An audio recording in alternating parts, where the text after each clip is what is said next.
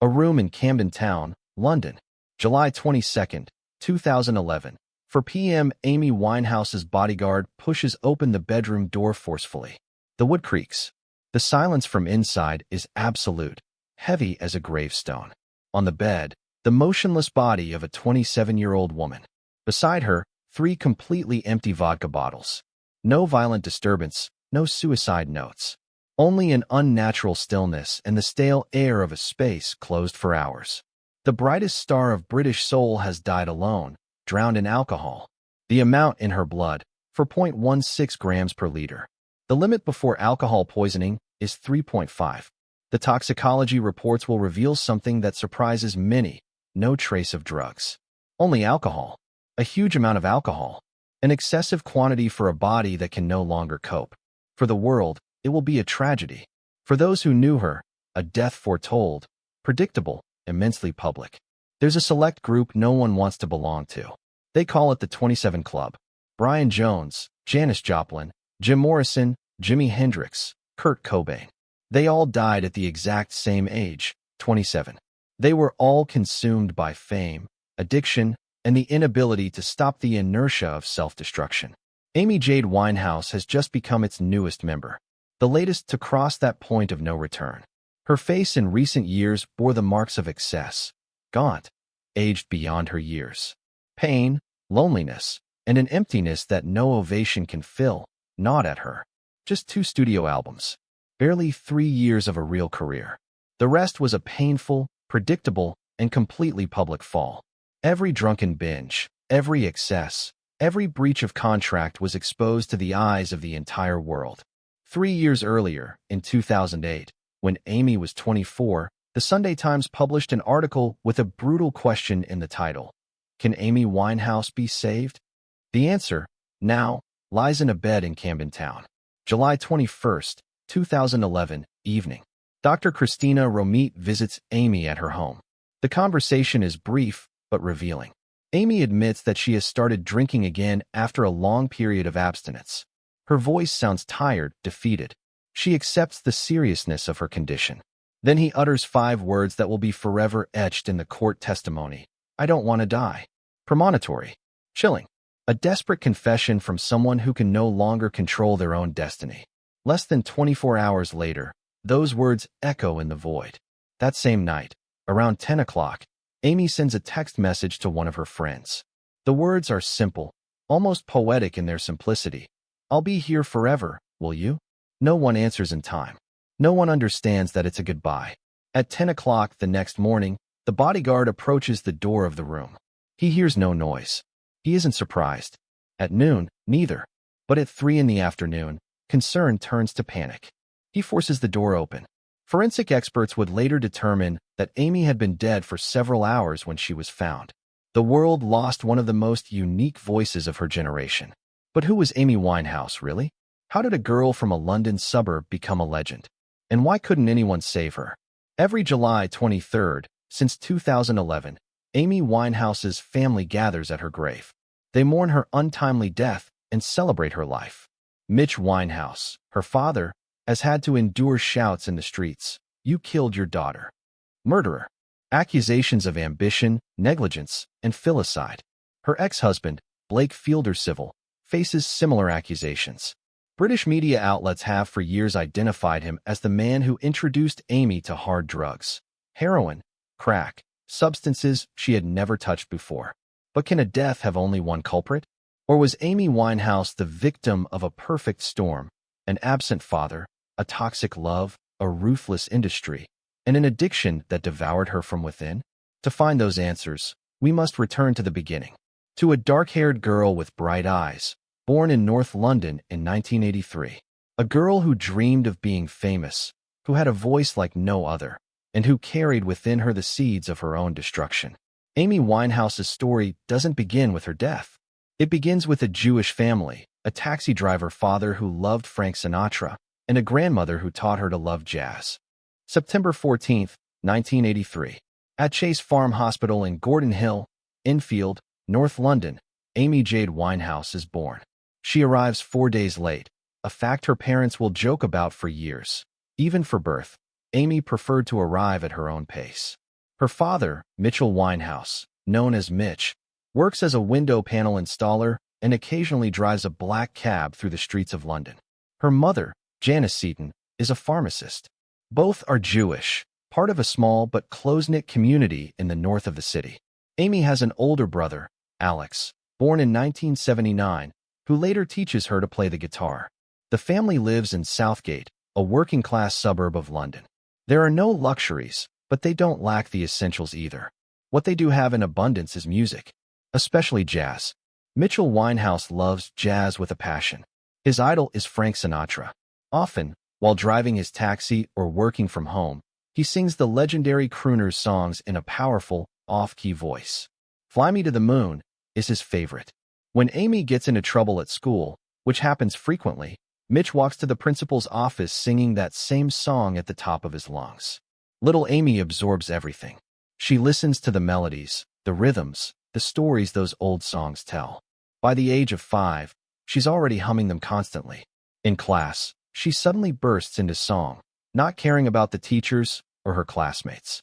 The teachers scold her, but she can't stop herself. The music flows through her like water. Her paternal grandmother, Cynthia Winehouse, also plays a crucial role. She was a singer herself in her youth. It's said she had such charisma that the legendary trumpeter Ronnie Scott was in love with her for years. Cynthia sees something special in her granddaughter, a sparkle in her eyes, an innate connection to music that can't be taught. But beneath the surface of this seemingly normal childhood, there are cracks. Cracks that, in time, will become abysses. Mitchell Winehouse has a secret. For years, ever since Amy was just 18 months old, he's been having an affair with a coworker. His son Alex knows this woman as Daddy's work wife. Little Amy senses the tension, even though she doesn't fully understand what's going on. When Amy is 9, the bomb explodes. Mitchell leaves Janice after more than 10 years of infidelity. Divorce is inevitable. The family fractures. Amy and Alex are traumatized, though they rarely show it. Amy moves in with her mother in Whetstone, North London. On weekends, she visits her father and his new girlfriend in Hatfield Heath, Essex. Amy's father's absence left a deep mark on her. Years later, in her personal diaries, she would write about the pain of that time, about the feeling of abandonment that never truly faded, and about how she searched for paternal love in all the wrong places. Despite the family chaos, Amy finds refuge in art. Her grandmother Cynthia suggests she attend the Susie Earnshaw School of Theater. Every Saturday, Amy takes classes in singing, dancing, and movement. She learns to move gracefully, to project her voice, and to stand in front of an audience without fear. At 10 years old, Amy and her childhood friend, Juliet Ashby, founded a rap group called Sweet and Sour. It was an ephemeral project, almost comical in retrospect, but it revealed something important. Amy didn't just want to sing. She wanted to create.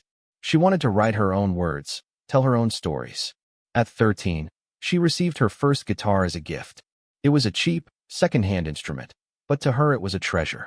Her brother Alex taught her some basic chords. Amy practiced for hours, until her fingers ached.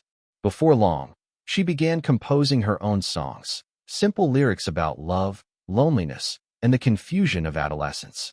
At 15, Amy enrolls at the prestigious Sylvia Young Theatre School, an institution that has trained many successful British artists. But her time there will be brief. A year later, she is expelled. The official reason? She got a nose piercing without permission. But the truth is more complex. Amy doesn't fit the mold. She's rebellious, impulsive, impossible to control. She can't stand strict discipline or rigid rules. She wants to do things her way or not at all. Her mother, Janice, works long hours to support her children. She doesn't always have the energy to deal with Amy's mischief. Her father, Mitch, is absent, building a new life with his new partner. At 15, Amy feels alone. More alone than any teenager should feel. It is in this moment of vulnerability that she begins to experiment. Marijuana, alcohol, small escapes from a reality she finds unbearable. And it is at this moment that she confesses a dark secret to her mother. She has found an ideal way to control her weight. She eats what she wants and then vomits it up. The beginning of bulimia. The start of a path to self-destruction that will never truly stop. But Amy also has undeniable talent. Her voice, even at 15, is unique. Deep, raspy, and full of emotion. A contralto voice that sounds as if it has lived 3 lives. A voice that makes people stop and listen. She started singing in small jazz clubs in Camden Town. Dark, smoky places where the audience drank and chatted while the musicians played. But when Amy took the stage, the conversation stopped. Everyone turned their heads. In those clubs, Amy is happy. For the first time in her life, she feels like she belongs somewhere. The music doesn't judge her. The music doesn't abandon her. The music only requires that she be herself. Her boyfriend at the time, Tyler James, saw her potential. He recorded a home demo of Amy's and gave it to a producer. It was an act of faith, a gesture of love. And it worked. At 16, Amy Winehouse landed an audition with manager Nick Shymansky. He heard her sing just one song and was astonished. He'd never heard anything like it. Such a mature, authentic voice in someone so young. Amy is about to sign her first record deal. She's about to stop being a dreamy girl from Southgate and become Amy Winehouse, the artist. But is she ready for what's coming? Could anyone ever be? 1999. Amy Winehouse, barely 16 years old, travels to Miami with her new manager, Nick Shymansky. The destination, to meet producer Salam Remy, a man with an impressive resume in the world of hip-hop and R&B. The studio is in an unremarkable building, far from the glamour Amy had imagined. But when she walks in and sees the equipment, the instruments, the endless possibilities that space represents, her eyes light up. Salam listens to her sing. He listens to the songs she's written in her small bedroom in London. And, like Nick, he's captivated. Within weeks, Amy signed a contract with Island Records, a legendary label that had worked with Bob Marley, U2, and a seemingly endless list of iconic artists. For Amy, it was the validation she had sought her entire life. For her family, it was the promise of a bright future. 2003. Amy is 19 years old when she begins recording her debut album, titled Frank. The name is a direct homage to Frank Sinatra, her father's idol, the man whose songs formed the soundtrack of her childhood. The album is an eclectic mix of jazz, soul, and R&B. The lyrics are brutally honest, written from the perspective of a teenager who's lived more than she should. She speaks of failed relationships, insecurities, and the complexities of love. Songs like Stronger Than Me, Take the Box, and In My Bed reveal a mature songwriter beyond her years. Take the Box, in particular, has a true story behind it. Amy had just broken up with her boyfriend Chris. She asked her mother to drive her to his apartment. On her lap, she carried a small box containing Chris's belongings and the gifts he had given her. Janice waited outside, while Amy disappeared for a few minutes to drop her off. When she returned to the car, she simply said, "Okay, Mom, let's go." She never mentioned Chris again. The song was her way of saying, "I'm done with him. I've moved on." October 2003. Frank is officially released. The reviews are excellent. British music journalists praise Amy's maturity, her unique voice, and her ability to organically blend genres. The Guardian even ranks the album 57th on its list of the 100 best albums of the 21st century. Frank receives prestigious nominations, 2 Brit Award nominations, and a Mercury Prize nomination. Amy wins an Ivor Novello Award for Stronger Than Me, one of the most important accolades for songwriters in the UK. But despite critical acclaim, sales are modest. The album is too jazzy for the mainstream, too mature for teenage audiences. Amy doesn't fit neatly into any category, and that makes her difficult to market. The record label organizes extensive promotional tours. Amy has to travel all over the UK, then to Europe, doing interviews, live performances, and photo shoots. It's exhausting. She herself will later describe it as a period of total creative block. "I had nothing to write about," he'll say in an interview. I mean, nobody wants to hear a second album about promoting the first one. For 18 months, Amy is trapped in a monotonous routine. She sings the same songs night after night. She answers the same questions over and over again. She smiles for the cameras when all she wants is to be at home, composing new music, or simply resting. The pressure is driving her to drink more. She's starting to smoke weed more often. Nothing dangerous yet, just ways to cope with stress. But the seeds are being planted. In 2005, Amy moves to Camden Town, a bohemian neighborhood in North London famous for its street market, live music clubs, and countercultural atmosphere. It's the perfect place for someone like her, rebellious, artistic, and a little lost. She frequents the local pubs. She drinks beer with strangers. She listens to up-and-coming bands in tiny basements. Camden gives her a sense of freedom she hasn't felt in months. Here, no one treats her like a minor celebrity. Here, she's just Amy. It was in one of these pubs, in February 2005, that her life changed forever. She was playing pool, drinking, laughing, when she saw him. A young, slim man with tattoos and a mischievous smile. His name was Blake Fielder Civil. He worked as a video production assistant. Amy feels an instant attraction. He's magnetic, charismatic, dangerous in a way that excites her. They start talking. He offers her cocaine.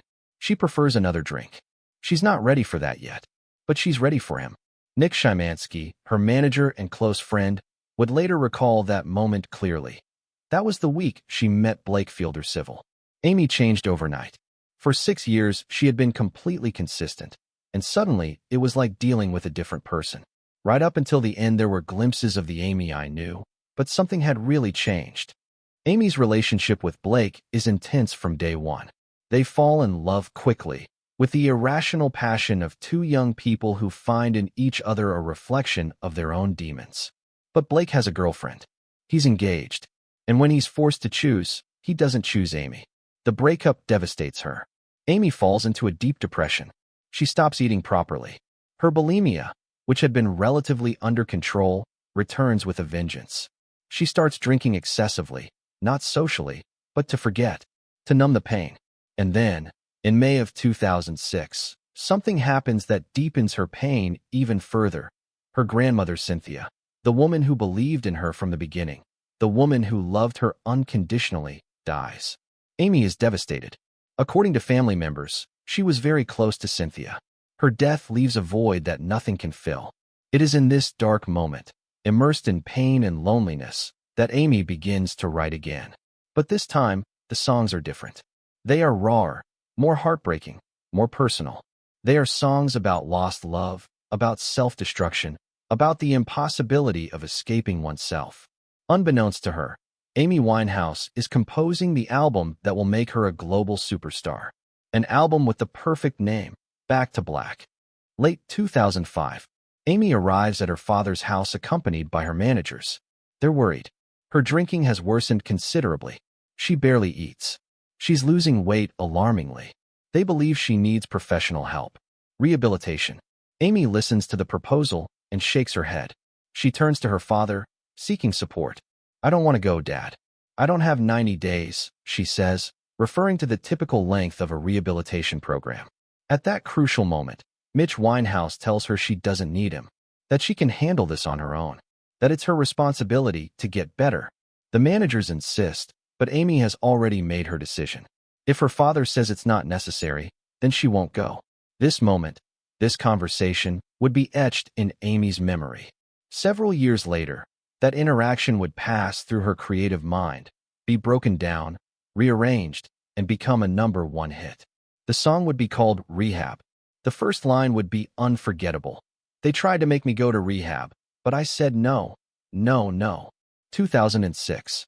Amy and Blake meet again. Months have passed since he left her for his girlfriend. But the magnetism is still there, stronger than ever. This time, they're both free. This time, nothing can stop them. They rekindled their relationship with an intensity that frightened those around them. "All the songs on Back to Black are about our relationship," Amy would say in an interview.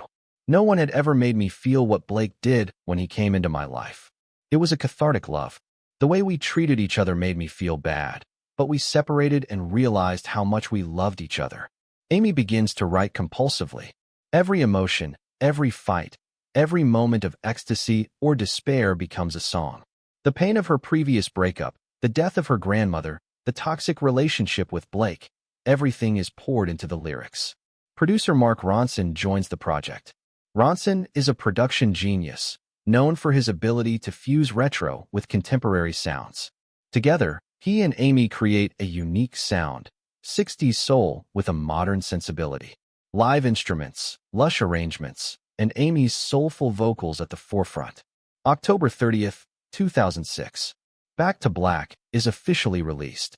The first single, Rehab, is already playing on the radio. The reviews are unanimously positive.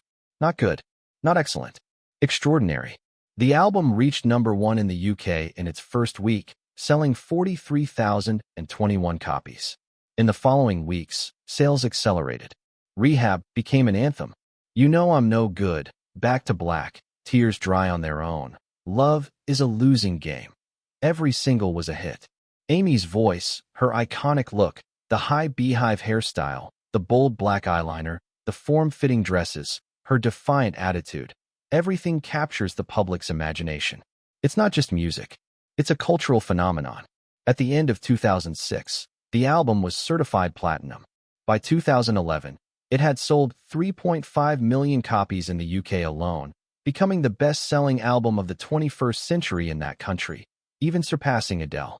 May 18, 2007. Amy Winehouse and Blake Civil get married in Miami.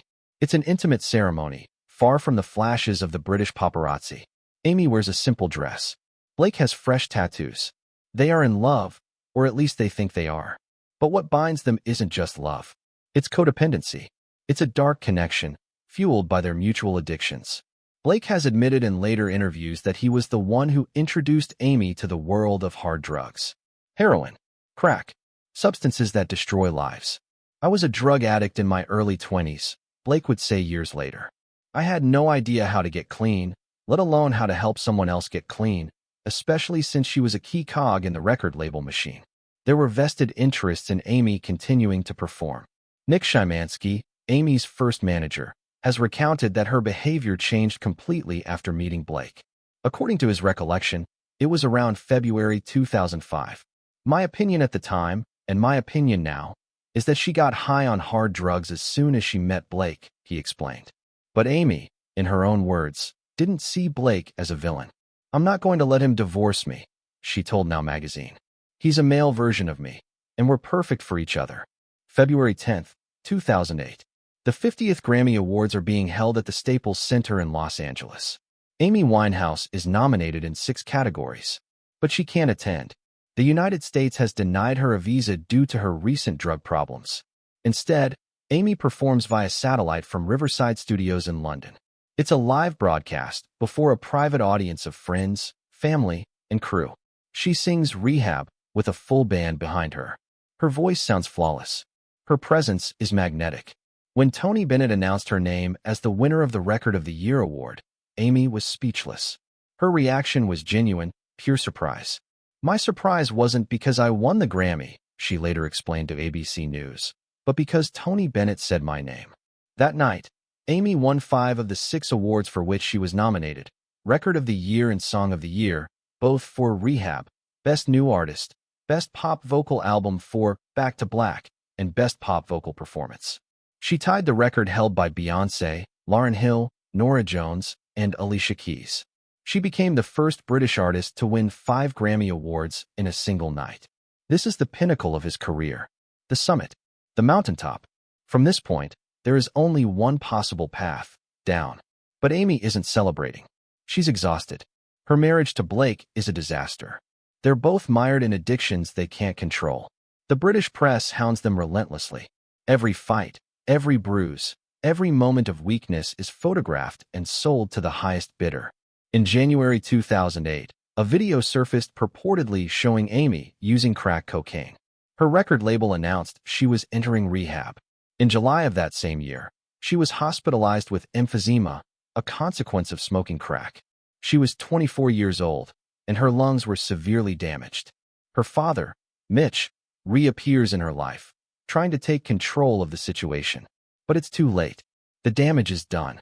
Amy Winehouse has achieved the fame she always dreamed of. But that fame comes at a price she never imagined paying. And the world watches, fascinated and horrified at the same time, as the brightest star of contemporary soul slowly burns out before its eyes. July 2008. Blake Civil is in prison, charged with assault and obstruction of justice. Amy regularly visits the jail, sitting on the other side of the glass, talking on a dingy phone, watching the man she loves destroy himself as much as she destroys herself. During those visits, Blake makes a decision. He tells her they must divorce. Not for lack of love, but for survival. He knows that as long as they're together, neither of them will be able to get clean. They're two addicts feeding off each other, a never-ending spiral. Amy leaves prison devastated. The divorce is finalized in 2009. For months, Amy begs him to come back. She calls him constantly. She texts him. But Blake remains firm. It's one of the few responsible decisions he'll ever make. The separation from Blake deeply affects Amy. For her, he wasn't just her husband. He was her muse, her obsession, the reason for Back to Black. Without Blake, who is she? What will she write about now? Mitch Winehouse watches his daughter's downfall with a mixture of guilt, frustration, and helplessness. For years he was absent, building his own life.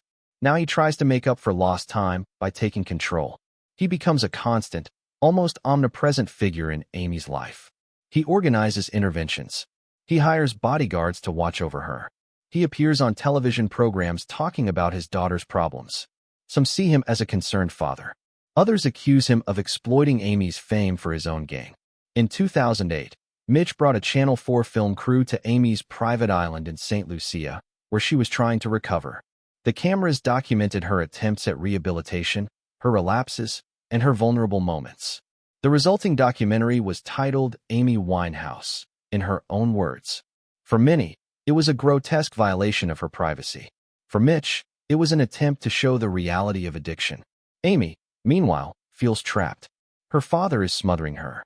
The paparazzi are hounding her. The music industry is pressuring her to record a third album. But she has nothing to say. Her creative well has run dry. 2011. Amy accepts a series of concerts in Eastern Europe, beginning with a show in Belgrade, Serbia, on June 18th. It's her first concert in almost 2 years. The fans are excited. They've paid a lot for the tickets. They expect to see the Grammy-winning Amy, the Amy of Back to Black. What they see is something completely different. Amy takes the stage, visibly intoxicated. She stumbles. She forgets the lyrics to her own songs. She gets confused in the middle of Valerie, staring at the audience with glazed eyes, disoriented.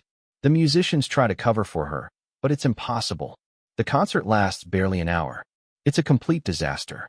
The videos instantly go viral. The British tabloids pounce on her.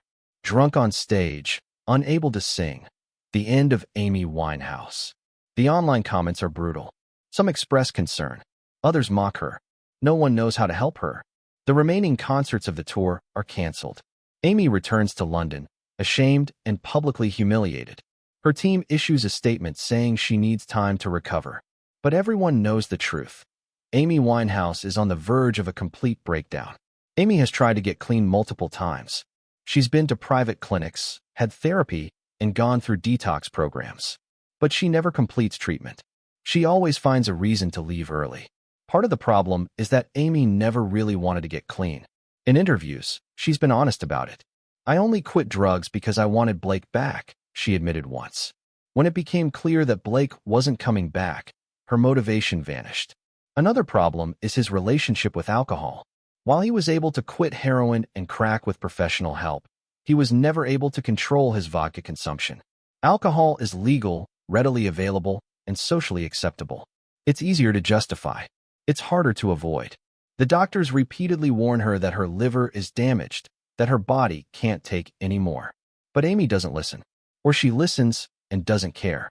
Death, at some point, ceased to be a threat and became an almost welcome possibility. March 2011. For months before her death, Amy records a duet with her lifelong idol, Tony Bennett. The song is Body and Soul, a jazz classic from 1930. The recording session takes place at Abbey Road Studios in London. Tony Bennett arrives and sees Amy waiting for him. They are both nervous. He, because he has heard the stories about her instability. She, because she is about to sing with one of the greatest of all time. But when they begin to sing, something magical happens. Amy sounds incredible. Her voice, despite all the self-inflicted damage, remains powerful, moving, unique. Tony Bennett is amazed. After the recording, he tells her, "Amy, you are a true jazz artist. Your voice is exceptional." It's one of the last happy moments of her life. The song will be released posthumously in September 2011, 2 months after her death. It will win a Grammy for Best Pop Collaboration. Amy will win it dead. Tony Bennett would talk about that day for years. She was a true jazz singer, he would say in interviews. We had big plans to work together. She was so young. She just didn't understand the danger she was in. July 2011. Amy spends her last weeks in her Camden Square home. She has stopped trying to work on new music. She has stopped making public appearances. Basically, she has stopped living in any meaningful way. She watches television for hours. She listens to old music. She calls friends in the middle of the night for pointless conversations. She drinks constantly. Her bodyguard, Andrew Morris, is worried but doesn't know what to do. He's not a therapist. He's just a man hired to protect her physically. He can't protect her from herself. Friends who visit her notice she's lost weight again. Her skin has a yellowish hue, a sign of liver damage. Her eyes no longer sparkle with their former light. She's exhausted from everything, from fame, from expectations, from the constant battle with her own demons. On July 20th, she calls her mother. The conversation is brief. "I love you, Mom," Amy says. Janice replies that she loves her too. They hang up. It's the last time Janice hears her daughter's voice. The next day, Amy sends that text message to her friend. "I'll be here forever, will you?" It's a question, a plea, a goodbye. No one understands until it's too late. On July 22nd, the silence in her room became permanent. Amy Winehouse had stopped fighting. The world had lost an irreplaceable voice. And the question that will never be satisfactorily answered began. Who is to blame? October 26th, 2011. For months after Amy's death, the coroner's court of St. Pancras in London meets to officially determine the cause of death. Forensic pathologist Suzanne Greenaway presents the findings.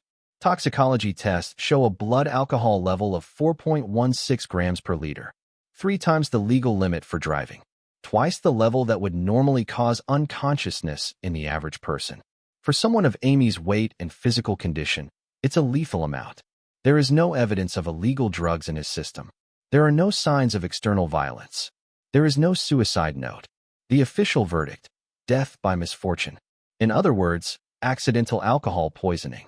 Amy didn't try to commit suicide. She simply drank too much. Her body, weakened by years of abuse, finally gave out. It's a technical, clinical conclusion that satisfies no one. Because everyone knows there's more to this story than a simple accident. Blake Fielder-Civil bears the most obvious blame. The British media have pointed to him for years as the man who corrupted Amy Winehouse, the one who introduced her to hard drugs, the one who turned a talented young woman into an addict. He has admitted it himself in multiple interviews. "I was the one who introduced her to heroin and crack," he confessed to the Daily Mail. "I am guilty of that. I deeply regret it. But at that time, I was an addict myself. I couldn't save her because I couldn't save myself." After Amy's death, Blake has faced verbal abuse in the streets. People point at him, insult him, call him a murderer. He has lived with bodyguards for fear of physical attacks. His own family blames him. His life has become a living hell of remorse and finger-pointing. But Blake also asks a valid question. Where was her family? Where was her father?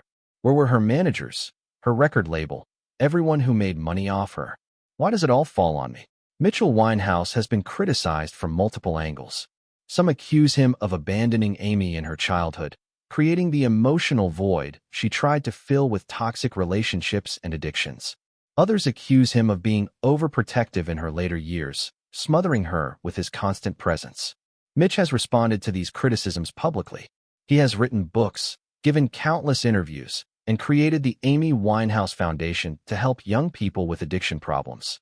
All of this, according to him, is to honor his daughter's memory and prevent similar tragedies. But many view these efforts with cynicism. The documentary, Amy, directed by Asif Kapadia and released in 2015, presents Mitch as an ambiguous figure. In a key scene, Amy is trying to recover in St. Lucia when Mitch shows up with a film crew and a group of friends to cheer her up. Amy, visibly uncomfortable, says, "This is going to be the end of me, and you're all going to make money off it." Mitch Winehouse has emphatically rejected that narrative. He called the documentary unfair and biased. He insists he did everything he could to save his daughter, that he loved her, that he never exploited her. But the question remains, did he do enough? Or was his constant presence in Amy's adult life an attempt to compensate for his absence in her childhood? Island Records, Amy's record label, has also faced criticism. Some argue that they pressured Amy to continue working when she clearly needed help, that they organized tours when she was unfit to perform, and that they prioritized profits over her well-being. Nick Shymansky, Amy's first manager, has suggested that there were vested interests in Amy continuing to perform despite her condition. He believes too many people depended on her financially to allow her the time she needed to recover. The music industry has a dark history with artists struggling with addiction. Janis Joplin, Jimi Hendrix, Kurt Cobain, Whitney Houston. The list is long and painful. In many cases, record labels and managers have been passive accomplices, ignoring obvious warning signs as long as the checks keep rolling in. Was it different with Amy? The answer is complex. Yes, there were attempts to help her. Yes, there were interventions. But there was also pressure for her to remain productive, to remain profitable. And when someone is as self-destructive as Amy, that pressure can be lethal. British tabloid photographers relentlessly pursued Amy during the last years of her life. Every outing, every drunken episode, every moment of vulnerability was captured and sold. Photos of Amy staggering in the streets, her face bloodied after a fight, her eyes glazed from drugs, sold for thousands of pounds. This constant harassment had a devastating psychological effect. Amy couldn't escape. She couldn't have a bad day in private. Everything was public, everything was headline material. The pressure of living under that continuous scrutiny contributed to her downward spiral. After her death, several paparazzi expressed remorse. Some admitted they felt they were documenting her death in slow motion. But none of them stopped photographing her. The money was too good. The photos sold too well. And finally, there's Amy. Because despite all the outside influences, all the pressures, all the potential villains, in the end, Amy made her own choices. She chose to drink. She chose to use drugs. She chose to stay in toxic relationships. She chose not to complete rehab programs. This isn't blaming her. It's acknowledging her agency. Amy Winehouse wasn't a passive victim. She was a complex, talented, deeply troubled woman who struggled with inner demons that no one else could fully understand. In her own words, expressed in multiple interviews, "I am my own worst enemy. I know I have a problem, but I can't stop, or I don't want to. I'm not sure what it is." The uncomfortable truth is that there is no single person to blame for Amy Winehouse's death. It was a perfect storm: an absent father in her childhood, a toxic relationship in her youth, an exploitative industry, relentless media, and a woman with addictions who couldn't or wouldn't save herself. Everyone contributed. No one could stop it. And now, more than a decade later, the world is still asking, could it have been prevented? Was there any way to save Amy Winehouse? July 27, 2011. 5 days after her death, Amy Winehouse's funeral takes place at Edgwarebury Lane Jewish Cemetery in North London. It is a private ceremony for family and close friends only. Her father, Mitch, delivers the eulogy. He speaks of the little girl who used to sing Sinatra songs in the kitchen, of the rebellious teenager who was expelled from drama school, of the talented woman who conquered the world with her voice. He weeps openly. His son, Alex, holds him by the shoulder. Blake Fielder Civil does not attend. He is in prison, serving a sentence for robbery. He requests special permission to attend, but it is denied. He will later say that it was one of the most painful experiences of his life, not being able to say goodbye to the woman he loved, despite everything. The British media surround the cemetery. Hundreds of photographers try to capture images of the funeral. It's ironic and tragic. Even in death, Amy can't find peace. Even her funeral is a spectacle. But inside the cemetery, away from the cameras, there is a moment of genuine silence. Her closest friends, the musicians she played with, the people who truly knew her, gather around her coffin. Some sing. Others simply weep. They all know the world has lost something irreplaceable. Months after the funeral, Mitch Winehouse founded the Amy Winehouse Foundation. Its mission: to help vulnerable young people with addiction and mental health issues, providing the education, support, and resources that Amy never adequately received. The foundation has helped thousands of young people since its inception. It has funded rehabilitation programs, music workshops, and therapy sessions. For Mitch, it's his way of channeling his grief into something constructive, of ensuring that Amy's death wasn't entirely in vain. But the criticism persists. Some argue that the foundation is a way to wash away guilt. Others question whether the money actually reaches those who need it or simply funds Mitch's public image. It's impossible to know for sure. What is certain is that the foundation exists, it operates, and it has helped real people. In the years following her death, multiple Amy Winehouse albums and compilations were released. Lioness, Hidden Treasures in 2011, a collection of previously unreleased recordings and demos. Amy Winehouse at the BBC in 2012, documenting her performances on the British broadcaster. The duet with Tony Bennett, Body and Soul, wins a Grammy. Amy becomes the first British artist to win a Grammy posthumously since George Harrison in 2003. Sales of Back to Black skyrocketed after his death. The album returned to #1 in multiple countries. By 2025, it had sold over 20 million copies worldwide. It is one of the best-selling albums in British music history. There is something profoundly sad about this. Amy didn't get to enjoy this massive success. She didn't get to see how her music touched millions of people. She didn't get to understand the lasting cultural impact it would have. She died feeling like she had failed, when in reality, she had created something immortal. 2015. Director Asif Kapadia releases Amy, a devastating documentary about the life and death of Amy Winehouse. Using archival footage, interviews with friends and family, and personal audio recordings, Kapadia constructs an intimate and heartbreaking portrait. The documentary is universally acclaimed. It wins the Oscar for Best Documentary. It wins the BAFTA. It becomes the highest-grossing British documentary of all time. But more important than the awards is its emotional impact. Thousands of people who thought they knew Amy's story discover they knew nothing. They see the pressure she faced. They see the exploitation. They see a young, talented, fragile woman being devoured by forces she couldn't control. Many leave the theater in tears. Mitch Winehouse hates the documentary. He calls it unfair and biased. He feels it portrays him as a neglectful and exploitative father. Several family members refuse to publicly support him. But the documentary achieves something crucial. It humanizes Amy. It takes her out of the realm of tabloid headlines and returns her to the world as a real person. With flaws, with pain, with vulnerability. She's not a monster or an angel. She's simply Amy. Amy Winehouse's influence on contemporary music is immeasurable. She opened the door for a new generation of artists who fuse soul, jazz, and R&B with modern sensibilities. Adele, Sam Smith, Duffy, Georgia Smith, all have cited Amy as a direct influence. Her willingness to be brutally honest in her lyrics changed the landscape of pop music. Before Amy, very few mainstream female artists spoke so openly about addiction, toxic relationships, and self-destruction. After Amy, it became almost a requirement of authenticity.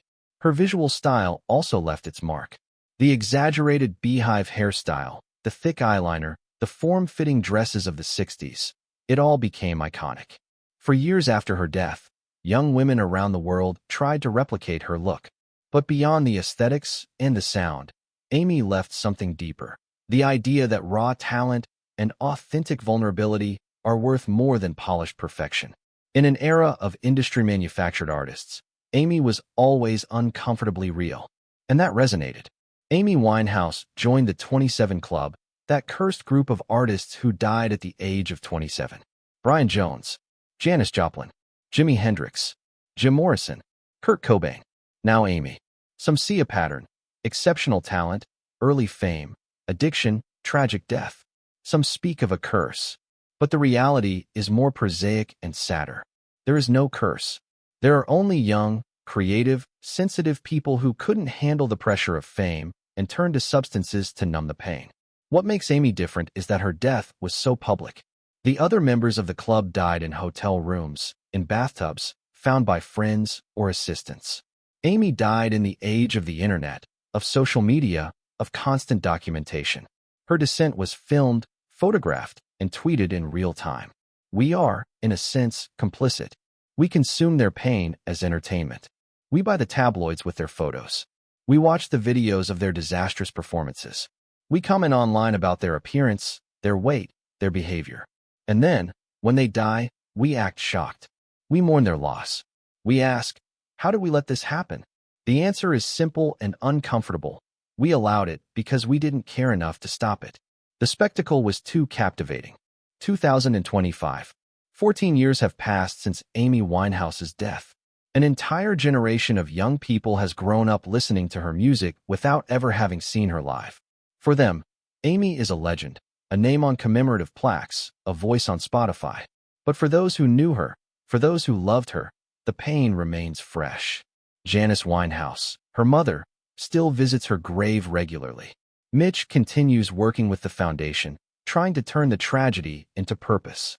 Alex, her brother, has spoken publicly about how Amy's loss changed their entire family forever. Blake Fielder Civil has had a tumultuous life since her death. He has struggled with his own addictions, been in and out of prison, and given interviews where he alternates between taking responsibility and blaming others. In 2020, he suffered a near-fatal overdose.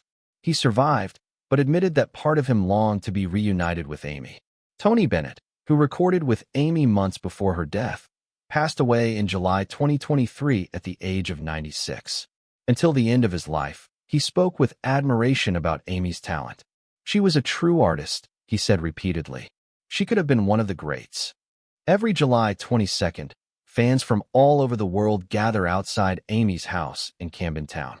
They leave flowers, candles, bottles of wine, and handwritten messages. The street temporarily becomes a shrine. There's something beautiful and something morbid about these commemorations. On the one hand, they show how much Amy meant to people. On the other, there's an element of voyeurism, a fascination with the tragedy. Some fans take selfies in front of her house, smiling. It's disturbing. In 2023, a statue of Amy Winehouse was unveiled in Camden Market, near where she used to perform in her early years. The statue depicts her with her iconic beehive hairstyle, holding a microphone, eternally young.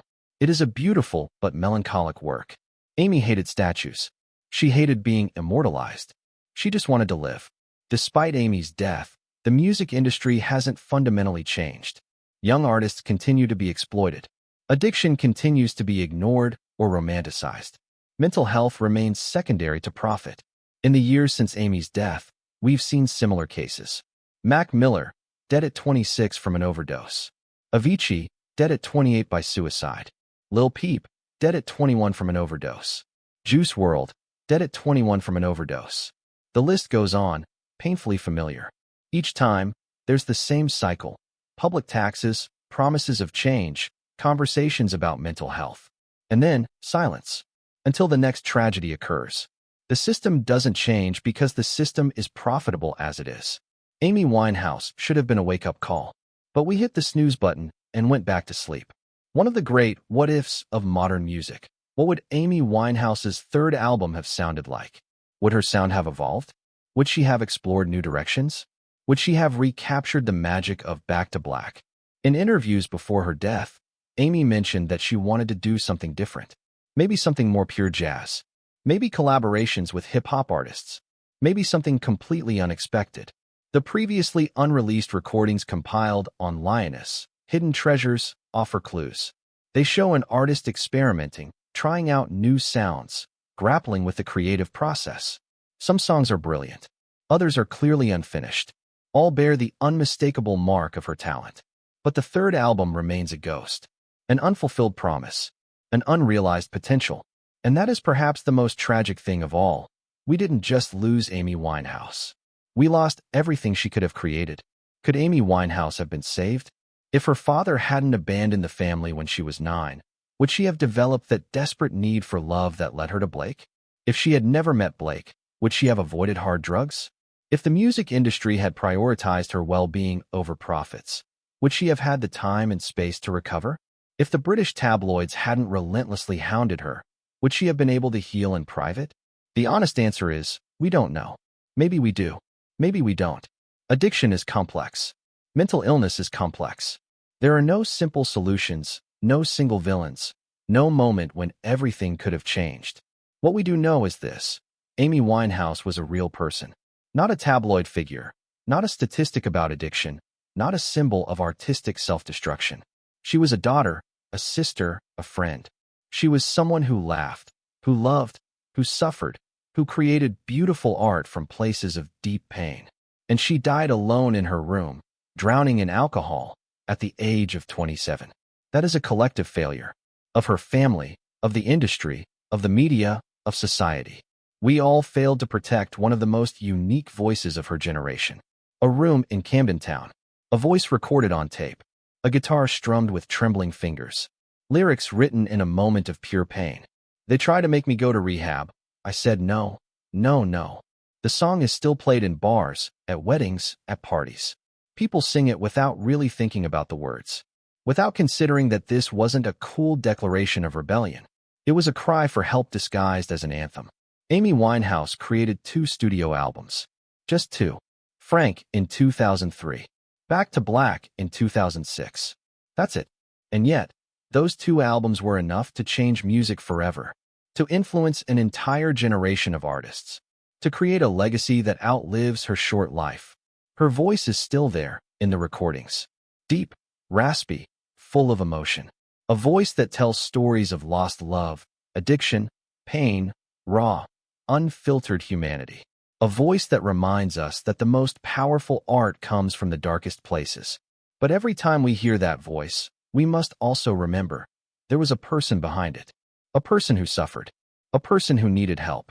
A person the world failed to save. Camden Square, number 30. The house where Amy Winehouse spent her last days. Where she recorded demos in her home studio. Where she drank herself to death. Where she died. Today, the house looks ordinary from the outside. Other people live there now. Life goes on as it always does. Neighbors walk by without a second thought. Tourists occasionally stop, take a picture, and continue on their way. But for those who know the story, there's something lingering about that place. An echo of what once was. Of what could have been. Of a brilliant life extinguished far too soon. Somewhere in that house, on a wall or in a closet, perhaps traces of her presence still remain. A wine stain. A carved initial. A physical reminder that Amy Winehouse existed, lived, created, loved, suffered, and ultimately gave up. The last image we have of her isn't on a stage, singing before thousands of people. It's not accepting a Grammy. It's not in the studio, creating her next masterpiece. It's in a bed, alone, surrounded by empty bottles, in a silence that will never be broken. And perhaps that final image is the most important truth of all, that behind every legend, every myth, every story of fame and tragedy, there is simply a human being. Fragile, vulnerable, deserving of love, care, and salvation. Amy Jade Winehouse. September 14th, 1983 to July 22nd, 2011. 27 years old. 2 albums. A voice that will never be forgotten. A life that will never be recovered. In Amy Winehouse's story, there are no heroes. There are only imperfect people doing the best they could, or sometimes not. There is a father who loved his daughter but made crucial mistakes. There is an ex-husband who introduced Amy to drugs, but was also a victim of his own addictions. There is an industry that exploited her talent, but also gave her a platform. There are media outlets that relentlessly pursued her, but also catered to our insatiable demand for content. And then there's Amy herself. Talented, self-destructive, vulnerable, impossible. A woman who created sublime art from places of unfathomable pain. A woman who rejected the help she needed. A woman who, in her own words, just wanted to be able to walk down the street without being photographed. She died without fulfilling that wish. She died as one of the most recognizable faces on the planet. She died becoming exactly what she always feared, a spectacle, a warning, a symbol. But before all that, before the headlines and the awards and the tragedy, there was a little girl from Southgate singing Sinatra songs in the kitchen. A little girl with a voice like no other. A little girl who dreamed of being famous, without fully understanding the price that would come. That girl deserves to be remembered, not just as the Amy Winehouse of the tabloids, but as Amy Jade, the daughter, the sister, the friend, the artist, the person, and perhaps, just perhaps, if we remember her as she truly was, complex, contradictory, completely human, we can finally answer the question her life poses. How do we protect vulnerable artists from a world that consumes them as entertainment? The answer begins with recognizing that they are people, not products, not spectacles, not living legends destined to join the 27 Club. Just people who deserve to live. Amy Winehouse couldn't. But maybe the next Amy can. If we learn, if we change, if we finally put people over profit, that would be the best legacy we could leave him. No more statues, no more tributes, just a real commitment to doing things differently, to save the next voice before it's too late.